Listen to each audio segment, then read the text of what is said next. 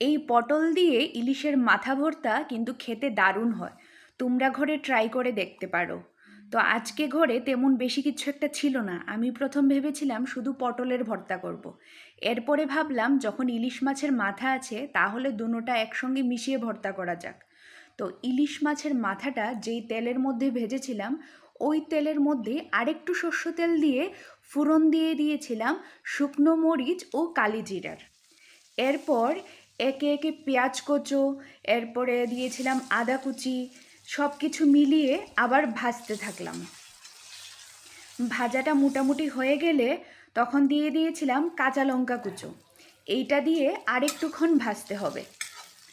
এখন ভাজাটা পুরোপুরি হয়ে গেলে এই পেস্টটা দিয়ে দিতে হবে। এইটা হলো সিদ্ধ পটল ও ইলিশ মাছের মাথা একসঙ্গে আমি মিক্সিতে পেস্ট করে নিয়েছিলাম, সেই পেস্টটা।